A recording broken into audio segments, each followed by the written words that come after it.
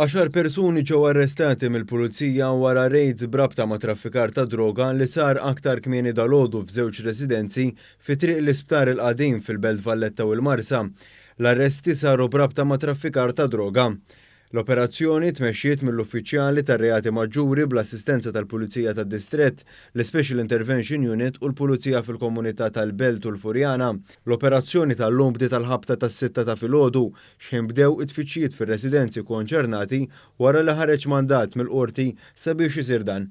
Għal dawn l-aħħar jiem il-Pulizija osservant il-movimenti ta' Maltija ta' 30 sena u raġel mhux Malti ta' 31 sena li allegatament kienu qegħdin jużaw mill-inqas żewġ postijiet fi triq l-Isptar il-Qadim il-Belt sabiex fihom isir traffikar ta' droga.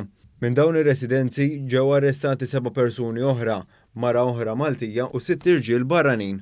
Min tfittxijiet li saru fir-residenza ġiet elevata sustanza li hu suspettat li kokaina, flus kontanti, ġojellerija u oġġetti oħra relatati ma' traffikar ta' droga. L-operazzjoni mbagħad komplit fil-Marsa fejn ġiet iċċirkondata stella fi triq it-Tiġrija. Hemmhekk ġie arrestat Malti ta' 50 sena residenti Żejtun u minn tfittxija li saret fremissa instab ammont ta' sustanza li hu suspettant li kannabis, kokaina u droga sintetika lesta biex tiġi traffikata. Dwar dan il-każ ġiet infurmata l-Maġistrat Gabriella Vella li fetħet inkjesta maġisterjali u ħatret diversi persuni biex jassistuha. L-investigazzjonijiet tal-Pulizija dwar dan il-każ għadhom għaddejjin.